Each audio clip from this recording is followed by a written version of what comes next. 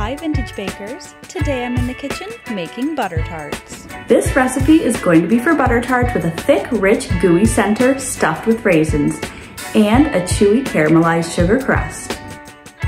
If you're a fan of butter tarts with a solid filling, then this is your recipe. If you prefer your butter tarts with a runny filling, then check the link in the description box below.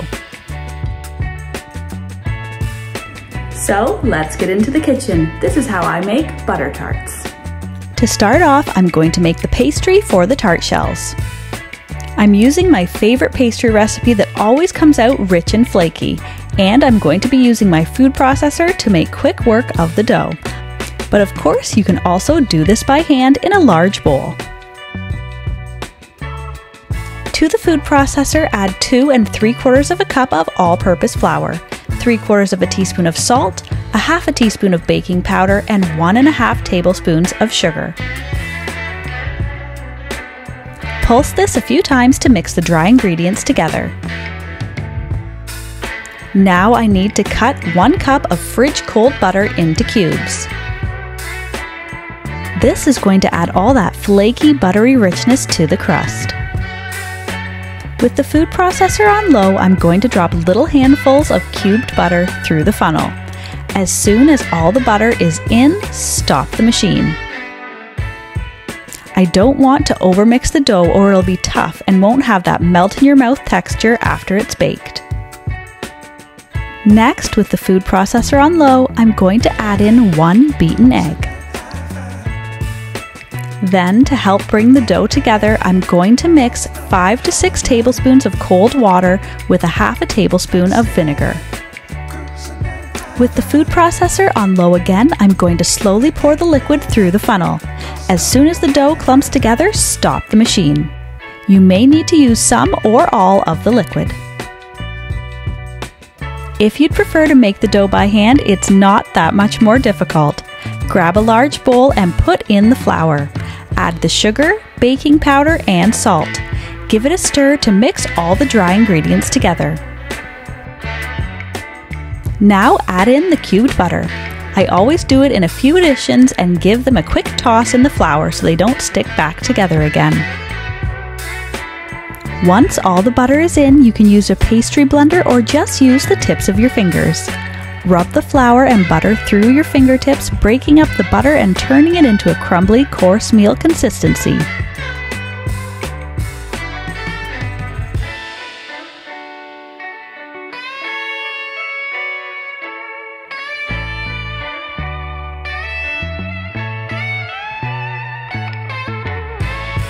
After all the butter is evenly mixed into the flour, add in the lightly beaten egg as well as the water and vinegar mixture.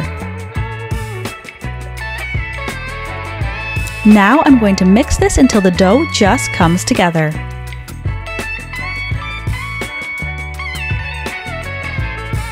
When you're no longer able to mix it with the spoon, get your hands in there and try to squeeze the dough together. You can tip the dough out onto the counter and squeeze and pat it together.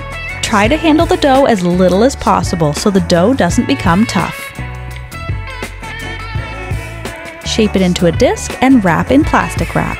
Then it's ready to chill for about an hour. I'm going to do the exact same thing with the one I made in the food processor. Remove the dough from the machine and shape it into a flattened disc. Cover in plastic wrap and pop it into the fridge to chill. This is going to make it easier to roll out the dough.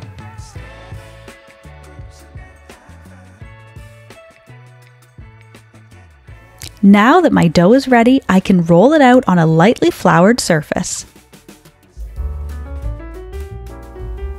I'm making sure to move and turn my dough often to make sure nothing is sticking to the counter or my rolling pin.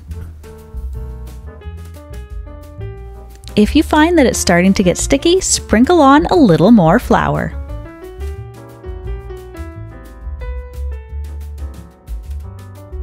Now, since we're making mini personal-sized tart shells for this recipe, I need to use something to cut out my individual dough discs. I'm going to be using a muffin tray to make my tarts, so a large cookie cutter or the rim of a large glass that's a little bigger than the cups of my muffin tin will work perfectly.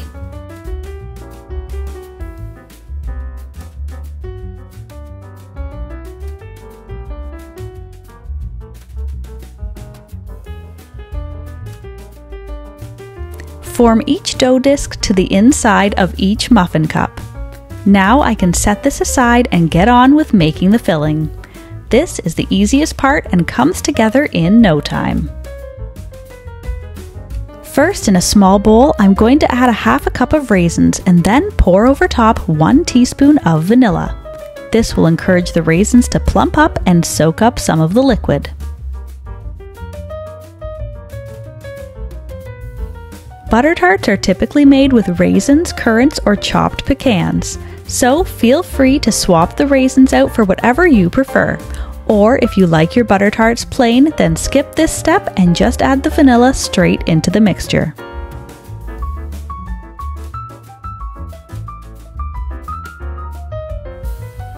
I'm going to use a large glass measuring cup to mix the filling because it pours everything easily into the tart shells, but any pourable bowl or container you have at home will work. Mix together a 1/4 cup of soft butter and a half a cup of brown sugar. I'm going to mix in 1 cup of corn syrup, 2 eggs, and 1 teaspoon of lemon juice.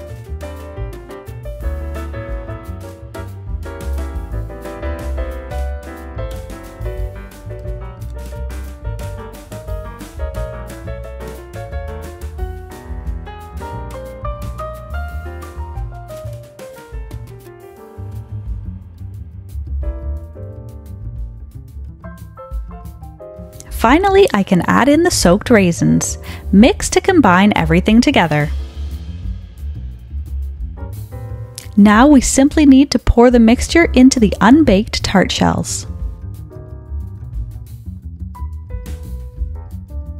I'm making sure to evenly distribute the raisins into each shell. Fill them to just below the top of the pastry so they don't bubble over in the oven. They will still be delicious, but it only makes it a little more tricky to remove them from the tin.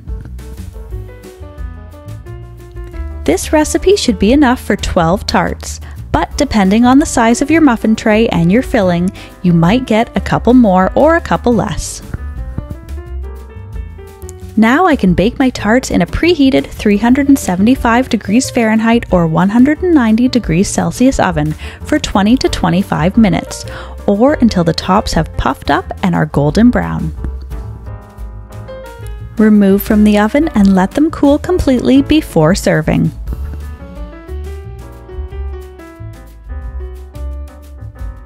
Enjoy!